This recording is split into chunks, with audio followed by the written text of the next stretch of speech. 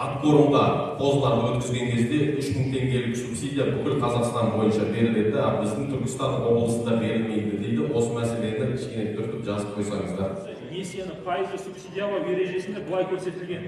Берілген несиенің максимальный процентный ставкасы сомасы 17%-дан аспау керек деген. 17%-дан аспау керек деп жазып қойғаннан кейін қазір қандай болады?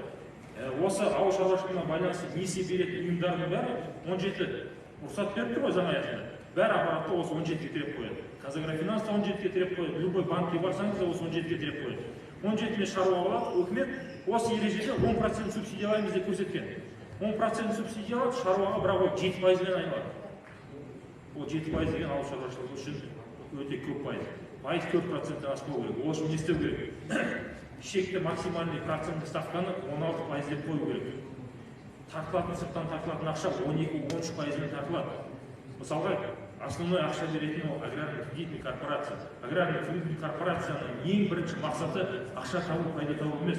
Оның ең бірінші мақсаты ауыл шаруашылығы тауар өндірушілерін қолдау. Соларға қаржыландыру, қаржы тауып беру. 2-3% маржа аграрлық корпорацияның бүкіл расходын жабады. Сол үшін біздің ұсыныс 16%, максимально 16% деп қойып, шаруаға төленетін процент ставканы 12% субсидиялану керек. Сол кезде шаруа 4% алады. Субсидия құдық қазуға әр шаруада 25 бас ірі қара болу керек екен міндетті түрде. Біз жаңа бастаған кәсіп жас шаруаларда 25 бар ірі қара болмағандықтан оны 10 басқа дейін түсіруін сұраймыз біз шаруаларға, жеңіл болар еді дамуымызға. Шұбат мәселесі бұрын көп жылдан бері жұртта енді республика көлемінде 55 теңге болған.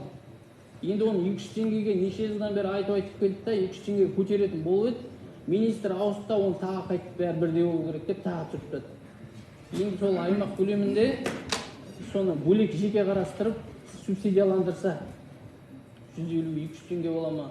Сол бір көп демеу болар еді. Субсидия қанша бөлінсе де жем-шөптің бағасын тұрақтатпаса ешқандай бұдан пайда жоқ. Субсидия берілген сайын жем-шөп көтеріле береді. Оған бір әсер етіп, соған бір ықпал жасау керек. Мысалға 2020 жылы солярканың 160 теңге болып тұрған кезде жоңышқа пресі 300 теңге тұғын.